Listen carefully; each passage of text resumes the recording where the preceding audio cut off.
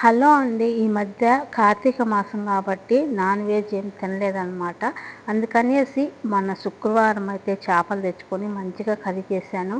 కానీ టేస్ట్ అయితే చాలా బాగుంది. అందుకనేసి నేను ఎలా చేశానో మీకు కూడా చూపిస్తాను. అలాగే మీరు కూడా ఒకసారి ఇలా ట్రై చేయండి, చాలా బాగుంటుంది.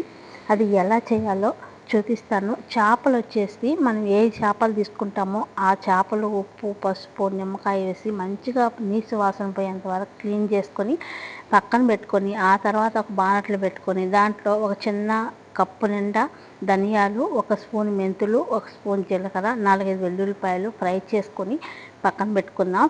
అలాగే ఇంకొక అదే బాణట్లో సరిపినంత ఆయిల్ వేసుకొని, పోపు గింజలన్నీ వేసుకొని, కరివేపాకు కూడా వేసుకొని వేగిన తర్వాత మనం 2 ఎర్రగడ్డలు, 4 పచ్చిమిరపకాయలు మిక్సీలో ఉచ్చపచ్చ పేస్ట్ లాగా కొట్టుకొని అది కూడా వేసేసుకొని, అది కూడా మంచి పచ్చి వాసన పోయేంత వరకు ఫ్రై చేసుకొని, అల్లం వెల్లుల్లి పేస్ట్ ఒక స్పూన్ వేసుకొని అది కూడా మంచిగా ఫ్రై అయిన తర్వాత 2, 3 టమోటాలు సన్నగా కట్ చేసి వేసుకొని, ఉప్పు, పసుపు వేసుకొని టమోటాలు మంచిగా మగ్గిన తర్వాత ఏదైతే మనం చింతపండు ఎంత తీసుకుంటామో అంత మంచిగా పిసుకొని వాటర్ అంతా కూడా వేసేసుకొని అది మంచిగా రసం తెల్లాలన్నమాట. ఆ పులుసు మంచిగా తెల్లిన తర్వాత ఏదైతే చేపలు ఉన్నాయో ఆ చేపలు కూడా వేసి ఒక 5 నిమిషాలు ఉండించిన తర్వాత మనం ఏదైతే ధనియాలన్నీ వేయించి పొడిగొట్టి పక్కన పెట్టుకున్నామో ఆ పొడి కూడా వేసేసుకొని, కొత్తిమీర కూడా వేసేసుకొని సిమ్లో పెట్టేసి ఒక 20, 30 నిమిషాలు అలా వదిలేసామంటే మంచిగా పులుసు ఉడికిపోద్ది అనమాట. అసలు ఎంత టేస్ట్ ఉంటుంది.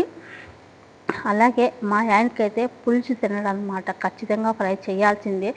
చేపలు నేను పులుసు చేసుకున్నప్పుడల్లా మా ఆయనకి ఫ్రై అయితే చేయాల్సిందే.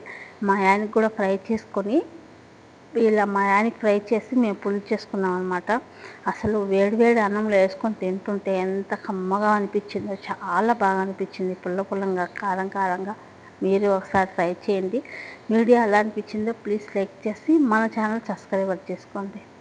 Okay, bye friends.